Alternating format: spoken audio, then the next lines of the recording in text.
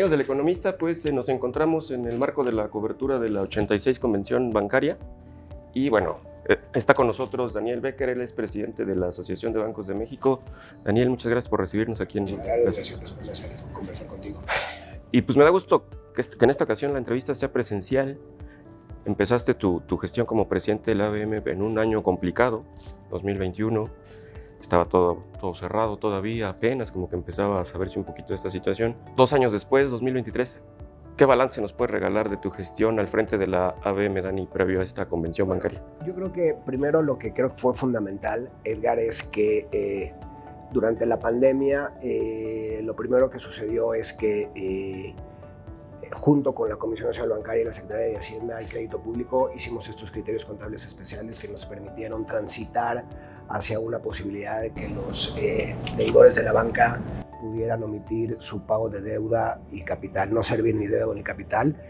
Creo que eso fue un primer trabajo que a mí me tocó, y el final, en realidad en mi gestión, esto ya se había implementado, pero nos tocó al final la implementación final, explorar junto con los diferentes reguladores cómo estaba otra vez esa cartera resurgiendo y cómo se estaba comportando. Y creo que, bueno, no lo atribuiría a la gestión de la presidencia de la ABM, sino a temas regulatorios, a una gran comunicación y, por supuesto, a una recuperación económica, que lo que vimos es que las carteras despertaron muy favorablemente. Tú recordarás, Edgar, que el máximo índice de morosidad que vimos en el consumo fue 4%, muy por debajo inclusive de crisis anteriores, considerando y no olvidando que la contracción de la economía durante el año de la pandemia fue de menos 8%. Y lo que vimos, yo creo que vimos 2 fenómenos bien importantes en la banca. Primero, índices de morosidad mucho menores a crisis anteriores, a lo mejor de virulencia, de menor profundidad. Y lo que también vimos es, Edgar, y que me parece también muy significativo, los mexicanos ahorrando más de 1.4 billones de pesos. Entonces me parece que eso habla primero, que el mexicano ahorra independientemente del decil socioeconómico. Por supuesto, bueno, tenemos que también tratar de igualar los deciles y generar y quitar esas brechas, pero lo que nosotros vimos desde el ABM es una población mucho más consciente de la utilización de crédito y además con un elemento de ahorro bien importante. Y también vimos otra cosa, Edgar, que me parece que es relevante. Otra vez insisto, no creo que no lo atribuyo a una buena gestión como presidente de la ABM, no, y sin lugar a duda, yo creo que se atribuye a que en general la banca tiene mejores modelos de otorgamiento de riesgos asociado a lo que tiene que ver con Basilea III, a que los bancos son más responsables, a que el usuario de crédito también es más responsable y ya ha vivido crisis anteriores, menos los millennials que nunca habían visto inflaciones como las que estamos viendo ahora, que son uno de los grandes retos que tenemos hacia adelante. Y también, algo bien importante, los buros de crédito. Creo que hoy también los mexicanos somos mucho más cuidadosos en el utilizar el crédito, porque pues, el buró de crédito sí se vuelve, entonces, en caso de incumplimiento, pues un elemento, pues no sé si la palabra es punitivo, pero sí te desincentiva para que puedas ir a otros bancos. Entonces creo que esta combinación de factores, pues lo que ha generado es una banca mucho más sólida, 19% de índice de capital agregado.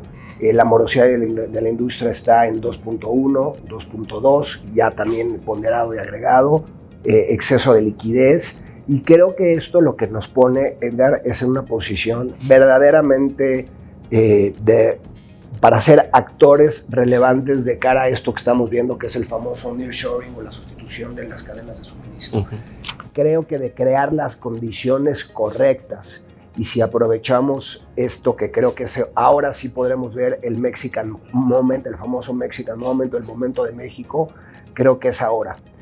Creo que es ahora, por supuesto, siempre y cuando capturemos el valor de esta ventana de oportunidad, que también es temporal, ¿no? Estas ventanas, como todo, pues no son permanentes, y ojalá como país sepamos aprovechar estas oportunidades de esta sustitución de suministro, y si las sabemos capitalizar, la banca hoy lo que tiene es los suficientes recursos, tanto en términos de robustez de capital como de liquidez, para ser un elemento fundamental de cara al crecimiento económico asociado al tema de nearshoring. Eso que dices es bien importante, Dani. El tema, nos diste todo este contexto de la pandemia, cómo se vivió. Sin embargo, la banca no tuvo en realidad problemas mayores. más allá de este ligero incremento en la morosidad. Hoy están capitalizados, están sólidos. Vimos los resultados que tuvo la banca en general del 2022, tanto en utilidad como en crédito, captación. Y dices, hay que aprovechar esta oportunidad del nearshoring. ¿Qué se requiere para que no se desaproveche esta oportunidad? ¿Le corresponde nada más al gobierno, Dani, o tiene que ser de manera conjunta entre iniciativa privada, banca, etcétera, etcétera? No, tiene que ser de manera conjunta. Por supuesto, todo el proyecto del Plan Nacional de Desarrollo es un plan nacional que genera el gobierno, la Secretaría de Hacienda y las diferentes dependencias, pero pues, estos proyectos requieren capital o deuda, ¿no? Requieren financiamiento. Y yo creo que en ese sentido, si pudiéramos, por ejemplo, volver a explorar este tema que en su momento tuvo éxito de las asociaciones público-privadas, por ejemplo, ¿no? Porque también pues, la infraestructura al final son proyectos que el gobierno tiene que financiar, si es que es una decisión del gobierno, pero también lo que creo que es importante es, y una de los grandes de las fortalezas que ha tenido nuestro país es que la parte macro se ha manejado de forma pues, muy prudente, y todos estos proyectos de infraestructura pues al final requieren recursos, y los recursos pues se generan, ¿cómo los genera el gobierno? Ya sea a través del cobro de impuestos, diferentes impuestos, o endeudamiento. Entonces creo que la banca con la liquidez que tiene y los índices de capital podrían ser un elemento, un catalizador para, junto con el gobierno y las políticas de infraestructura, ser un jugador muy importante para que detonen. Se habla que ya se está viendo, ¿no? Que en la zona norte, centro del país ya se está viendo este fenómeno del nearshoring. ¿La banca ya está atendiendo con financiamiento esta situación? Bueno, mira, he oído algunos bancos que calculan. Es difícil calcular, Sí, claro. oye, ¿cuánto de la cartera total representa ya nearshoring? Es difícil porque tú puedes estar financiando a una pequeña o mediana empresa que esté de alguna manera conectada, directa o indirectamente relacionada a la cadena de suministro. Entonces, esta granularidad, que seguramente es un dato interesante que en su momento, a través de la ABM, porque acuérdate que en la ABM no generamos pronósticos, o sea, nosotros recolectamos información de las diferentes fuentes y a partir de eso tomamos decisiones y vemos, más bien que tomamos decisiones, complementamos información y a partir de eso informamos sobre cómo van los circuitos de crédito. Pero sí, a ver, si tú, por ejemplo, Edgar, y a ver, yo te diría, el nearshoring no está empezando. Ve el Bajío, por ejemplo. El Bajío lleva creciendo los últimos 10 o 15 años. Aguascalientes, Querétaro, San Luis Potosí, a niveles del 5 o 6%. Crece casi a los mismos niveles que China. Entonces, si tú ves, o sea, yo creo que el norte, tú trata de conseguir una bodega de logística en Ciudad Juárez. ¿Sabes en cuánto tiempo la consigues? Me imagino que no hay poca disponibilidad.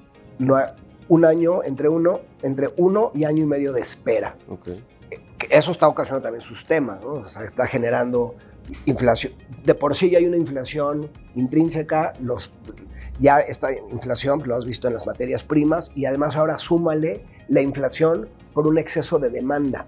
Entonces lo que estamos viendo en el noroeste es casi pleno empleo y básicamente poca oferta de cuestiones de logística, naves industriales. Ahí ya claramente vimos que el nearshoring es una realidad.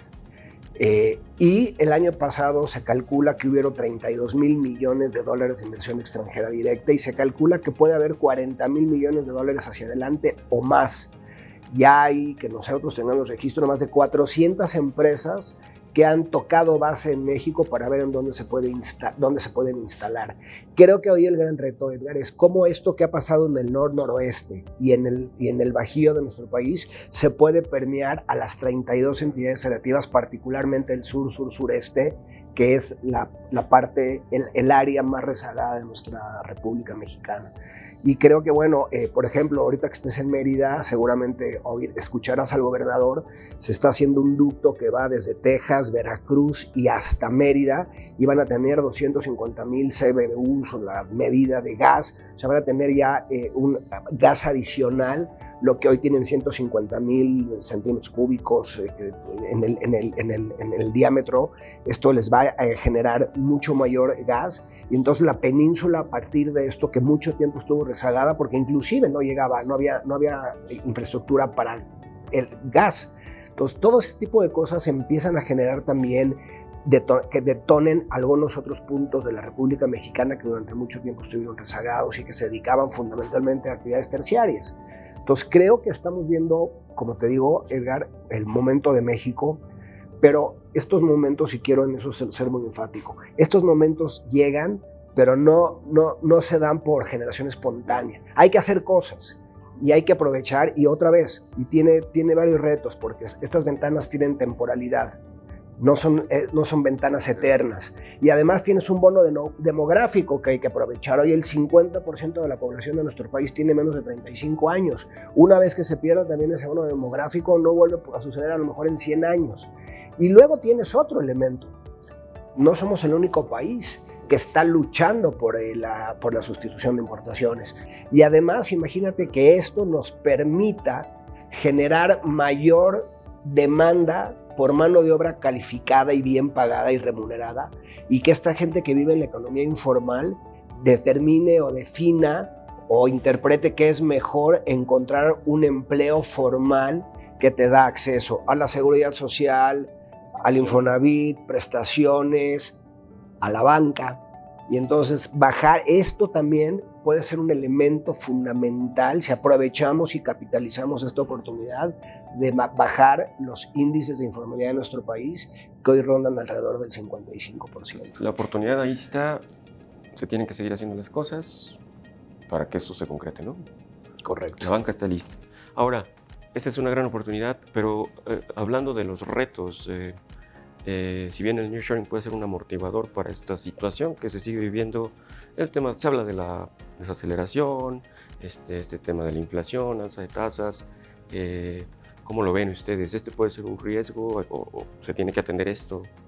Seguir atendiendo, porque creo que se está atendiendo, ¿no? Sí, yo creo que las discusiones que vamos a ver hacia adelante es qué tan efectiva es una política monetaria restrictiva cuando en realidad la inflación, 1, es importada y 2, se debe más a choques de oferta que de demanda. En Estados Unidos, creo que la política monetaria restrictiva se explica mejor porque en Estados Unidos hubo varios factores que claramente generan un exceso de demanda con un problema de choque de oferta. Por ejemplo, Estados Unidos destinó prácticamente el 25% de su PIB, y no hay que olvidar que el PIB de Estados Unidos es de 23 trillones de dólares. Estados Unidos ocupó el 25% de su Producto Interno Bruto para dar incentivos fiscales en cheques mensuales a las personas. ¿Ok? Y entonces, fíjate, hubo una transferencia de cambios de patrones de consumo. Te llegaba un cheque todos los meses a tu casa, si estabas desempleado en los Estados Unidos durante la pandemia, que mucha gente estuvo desempleada. ¿Y qué podías hacer con ese dinero? ¿Podías ir a restaurantes? No. ¿Podías ir al cine? No. ¿Podías viajar? No. Entonces, el sector terciario prácticamente desapareció. ¿Qué hizo el consumidor americano con este exceso de liquidez que le llegaba gratis a partir de estos incentivos fiscales? Compraban automóviles, plasmas, enseres eléctricos, lavadoras, y luego, si a esto le sumas que la pandemia, sobre todo en Asia y particularmente en China, tuvieron un lockdown, un encerramiento casi generalizado, rompió las cadenas de suministro. Entonces tuviste una demanda en exceso asociado a la cantidad de dinero que recibían los norteamericanos con cadenas de suministro rotas. ¿Qué hizo que pasara con los precios? Subieran enormemente. En México, me parece que la inflación se explica más por choques de oferta que de demanda, porque no hubieron estos estímulos fiscales. Entonces, creo que uno de los retos que tendrá el Banco de México hacia adelante es pues, explorar qué tan eficiente y efectiva es uno de sus mayores instrumentos, que es la política monetaria de cara a contener la inflación. Y por supuesto, Edgar, contestando puntualmente a tu pregunta, porque ya parezco político con estos rollos, puntualmente conectándote a tu pregunta, por supuesto que la inflación es un gran reto. Creíamos que era una inflación temporal y nos dimos cuenta que era una inflación mucho más pegajosa, como dicen los americanos, sticky, de lo que habíamos pensado. Por supuesto que si hoy los chinos avisaron esta mañana que declaran que el COVID-19 ya no es pandemia, que es un tema endémico. Y entonces, si vuelve a regresar la demanda de los chinos, ¿qué va a pasar con los energéticos? van a volver a subir de precio. Y luego además tienes otro elemento bien importante, particularmente en los Estados Unidos, y creo que en México en algunos sectores ya lo empezamos a observar también, problemas de oferta de mano de obra. En Estados Unidos están en niveles de empleo que no habían visto desde 1969, 3.7, y México también, después del outsourcing, está también en mínimos históricos. Entonces, si tú a eso le agregas que la demanda en el mundo se está recuperando y China es un elemento fundamental, es probable que la inflación no ceda tan rápido como muchos analistas habían pensado. Y creo que ese es uno de los grandes retos que tenemos que observar hacia adelante, porque evidentemente pues, lo que no queremos es una tasa excesiva para aquellos proyectos que tienen crédito y que se puedan ver. Entonces, y eso responde un poco a tu pregunta. Oye, bueno, el año pasado fue un año extraordinario para los bancos, pero no implica que este año, a partir de estos retos que tú estás diciendo, veamos quizá incrementos marginales, pero incrementos en las tasas de morosidad, porque hay muchos proyectos que tienen un cierto nivel de apalancamiento y hay nuevas tasas de interés, y todos aquellos, y tú recordarás, Edgar, que siempre recomendamos utilizar y swapear o intercambiar tasas variables por tasas fijas. Creo que lo hemos conversado, no todo el mundo lo hace, pero bueno, hoy pues el insumo del costo del dinero pues está en niveles que no habíamos visto hace muchos años y probablemente quede en esos niveles por un periodo quizá más largo de lo que habíamos estimado. Ahora, con base en esto, hablando ahora del crédito en específico, se recuperó en el 2022, a partir de abril, si no me equivoco, empezó a crecer, la tendencia sigue. Con esta situación de inflación, alza de tasas, ¿qué expectativa tienen del crédito para 2023? Tomando también en cuenta este escenario del que ya hablamos, ¿no? Lo que hemos observado con la estadística que hacemos en la BM es que lo que genera, en realidad, la demanda de crédito se explica mucho más por las expectativas de crecimiento económico que por la tasa de interés. Por supuesto que hay un nivel óptimo de tasa de inflexión de tasa de interés que no la tenemos calculada exactamente. Oye, ¿a partir de qué tasa la gente ya rehúsa a tomar crédito porque se vuelve inoperante e impagable? Pero mientras que las tasas se mantengan más o menos a estos niveles, sumado a la competencia que hay entre bancos, particularmente en algunos segmentos, no creo que veamos grandes incrementos ni de tasa ni de morosidad. Ojo, el Banco de México ha subido 650 puntos la tasa y, por ejemplo, en el crédito hipotecario las tasas a lo mejor han subido 150, 200 puntos básicos. En realidad hay pocos segmentos que han igualado el incremento de las tasas igual que como lo ha hecho el Banco de México. Creo que eso se explica también porque hay una importante competencia, no solo del sector bancario, también ya hay otros intermediarios no bancarios que están empezando a generar fuerzas de mercado y que nos obligan a competir. Entonces, por eso creo que también generar elementos de competencia en la banca se vuelve fundamental. Y bueno, yo insisto, el elemento que consideran los empresarios y las familias para tomar un crédito obedece más, hasta cierto punto, a la expectativa de crecimiento. Y yo sí creo, Edgar, que podamos ver este año, como está planteado en el presupuesto de egresos de la Federación, que México pueda volver a crecer 3% este año. Oye, llama la atención, ustedes lo han enfatizado en las conferencias, el crédito al consumo, cómo creció 2022, no sé si a principios de este año siga esta tendencia, pero digamos que fue el que más creció, ¿no? En el 2022. ¿Esta tendencia podría mantenerse este año en el crédito a las familias? Sí, por supuesto. A ver, primero venimos de una base de consumo relativamente pequeña. Entonces, el dinamismo que estamos viendo en el consumo se está dando apenas en los últimos año y medio. Entonces, yo creo que el crédito al consumo va a seguir creciendo, pero además con una particularidad. En crisis anteriores, Edgar, lo que observábamos era que la gente utilizaba su tarjeta de crédito, el crédito al consumo, como capital de trabajo y para subsanar problemas momentáneos por la circunstancia. Y eso al final generaba posibilidades de impago. Hoy lo que vemos es que la gente sigue utilizando su tarjeta de crédito con mucha prudencia. Hoy, de hecho, si tú ves el consumo, su índice de morosidad está por abajo del 3%. En el consumo, que es generalmente el segmento de crédito que ante circunstancias difíciles observa el mayor incremento en su morosidad. Y hoy seguimos viendo mucha responsabilidad en la utilización de tarjeta. Y yo invitaría a través de tu programa y de toda la gente que te lee y te escucha, que se utilicen los productos de crédito para lo que son, ¿no? O sea, una tarjeta de crédito no es para resolver un problema de capital de trabajo, es para poder comprar un bien o un inmueble y pagar tu mínimo, pero siempre estar dentro de tus capacidades. Y creo que en ese sentido, seguir haciendo cosas, Edgar, de educación financiera en nuestro país se vuelve fundamental. También hemos visto cuando se hacen talleres de educación financiera, vemos una mucho mejor utilización del crédito y el ABM, pues estoy seguro que seguiremos trabajando en crear contenido y mejorar cada vez más y profundizar en el tema de educación financiera. Y empresas, Daniel, el tema, bueno, sabemos que es la mayor parte de la cartera pues es empresas, ¿no? de la banca, pero es un portafolio que no se ha recuperado del todo. Este tema del nearshoring más otros pudieran detonar. No, yo creo que ya lo estamos viendo. Y de hecho, a ver, el crédito PYME, déjame ponerlo así, lo que pasa es que es crédito PYME, es pequeña y mediana empresa, son empresariales. Ese crédito, Edgar, que es el único que no está, en términos de stock final, es el único que todavía no regresa a los niveles prepandemia. Pero el flujo nuevo que observamos en el 2022 fue de 280,000 millones de pesos.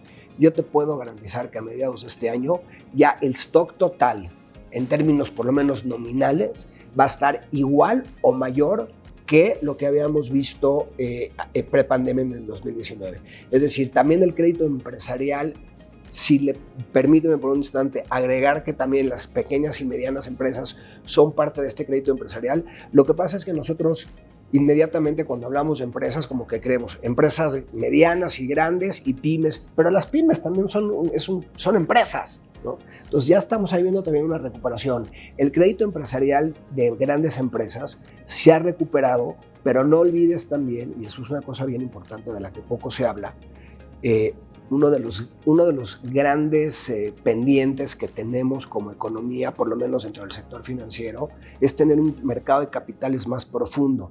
Porque a pesar de tener 2 bolsas de valores, la última oferta pública que hubo en este país fue hace 5 años. Han habido lo que se llaman follow-ons, ¿no? Reaperturas de ofertas.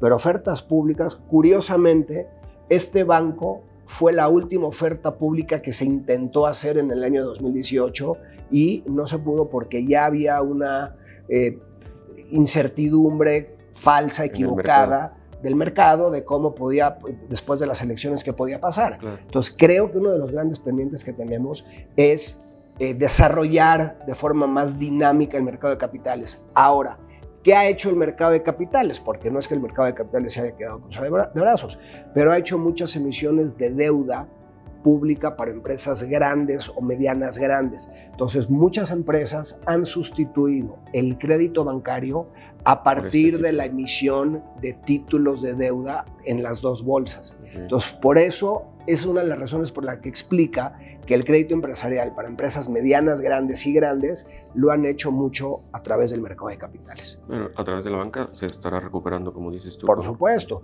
Y si luego logramos generar un ecosistema un poco más robusto para que haya capital semilla, capital de privado y luego darle otra vez dinamismo al mercado de capitales en esta expectativa del nearshoring, vamos a tener un México verdaderamente que yo soy muy optimista, un México mucho más dinámico, mucho más justo, mucho más activo, con la gente incorporándose a las empresas, con prestaciones, en fin, yo soy muy optimista hacia adelante. Ya para ir cerrando la charla, me gustaría que nos platicaras de un par de temas más.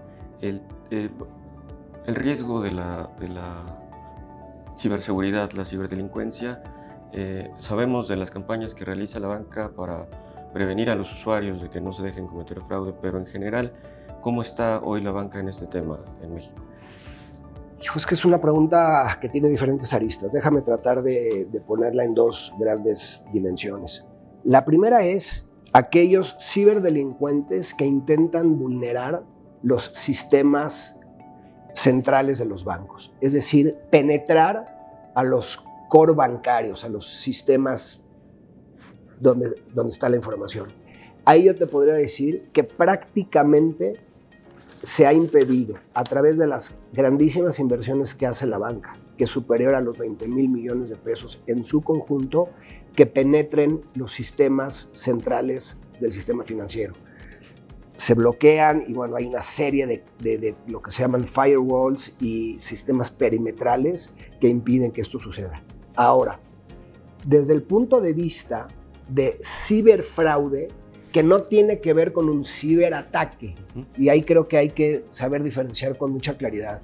Un ciberataque es cuando de repente tú oyes que a una empresa le vaciaron la información y le están pidiendo criptomonedas a cambio de regresar.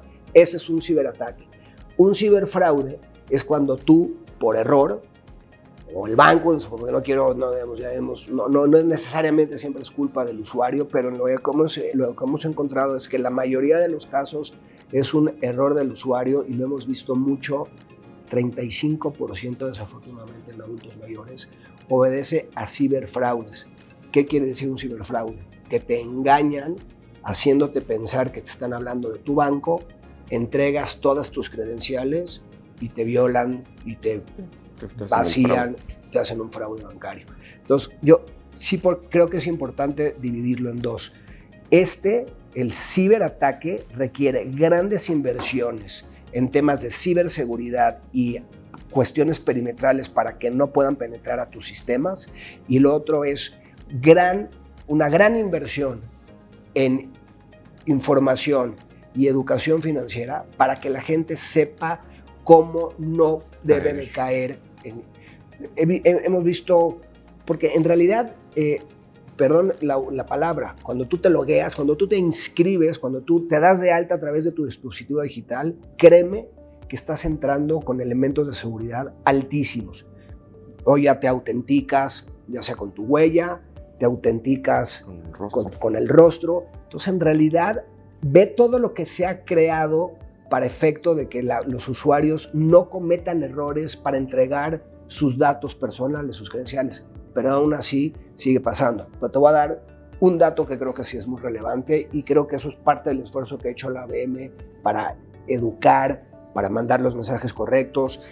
Se hizo una campaña para que todos los bancos en sus páginas web siempre se abriera un pop-up diciéndote que los bancos no te piden información sensible porque los bancos ya la tienen. Pero lo que hemos visto, el año pasado se hicieron más de 3,700 millones de transacciones a través de dispositivos digitales. Te repito, a ver, déjame para ponerlo en contexto, Edgar. Hay 8,000 millones de habitantes en el mundo. En México se hicieron casi 4,000 millones de transacciones. Eso quisiera decir prácticamente que la mitad de la población del mundo hizo una transacción digital en nuestro país. Y si tú ves el Redaco, el sistema que tiene la Conducef, ¿sabías cuánto bajaron las quejas del sector? Casi 7%. O sea, ve lo que crece la utilización de dispositivos digitales y ve lo que decrece, y se pudo haber llegado a 2 dígitos en este índice de medición de Conducef, pero bueno, vieron ahí algunos. Pero estamos todos muy atentos a que el mundo digital llegó para quedarse.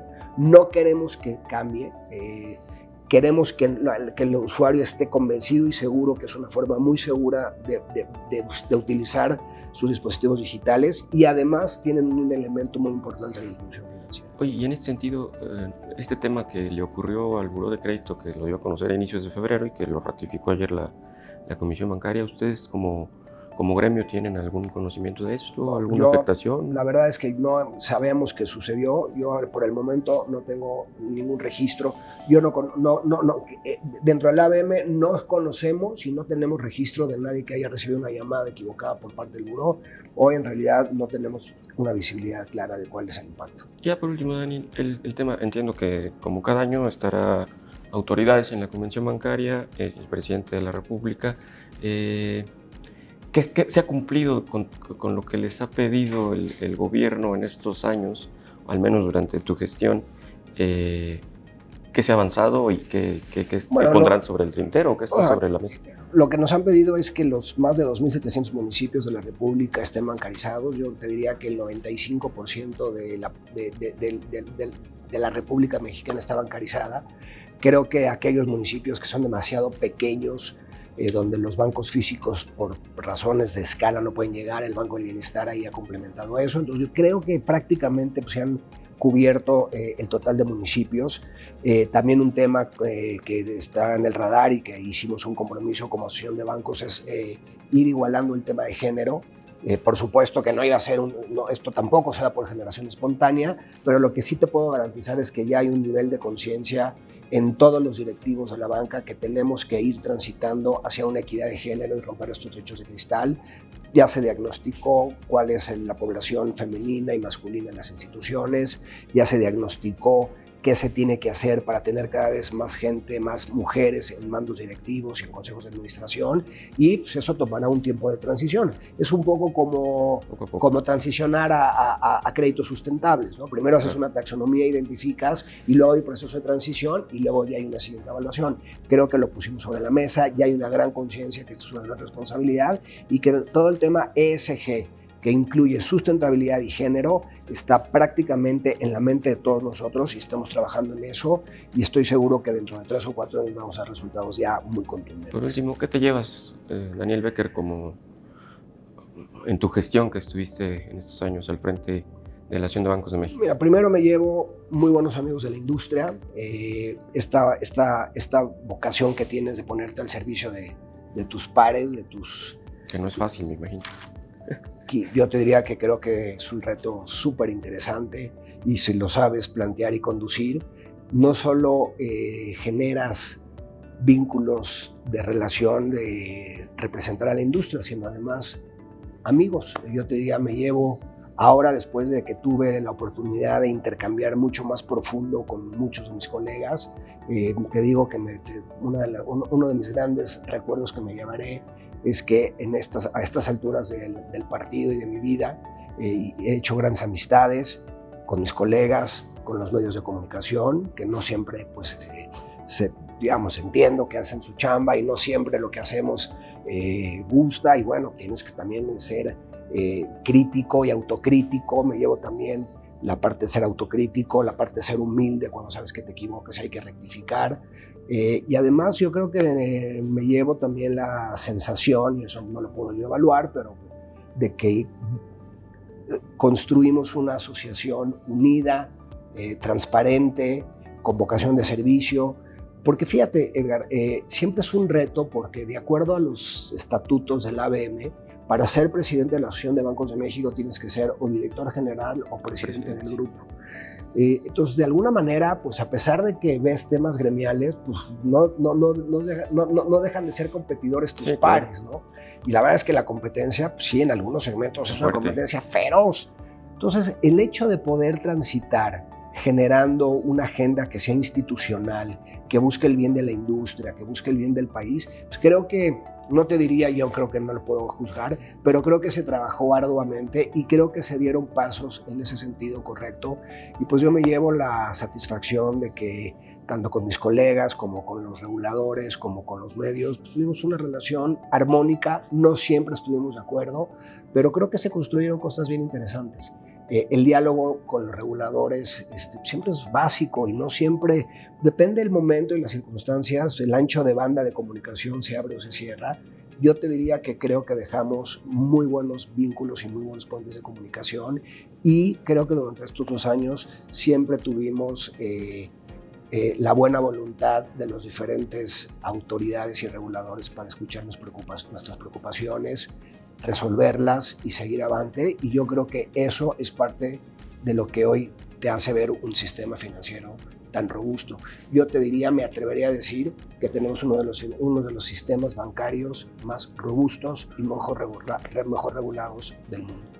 Pues muchas gracias, Daniel. Al contrario, por estos años que siempre recibimos buena comunicación de tu parte, de la asociación en general. Muchas gracias por estos minutos. Al contrario, y como siempre, pues a tus órdenes. Él es Daniel Becker, presidente de la Asociación de Bancos de México. Muchas gracias. Gracias a ti.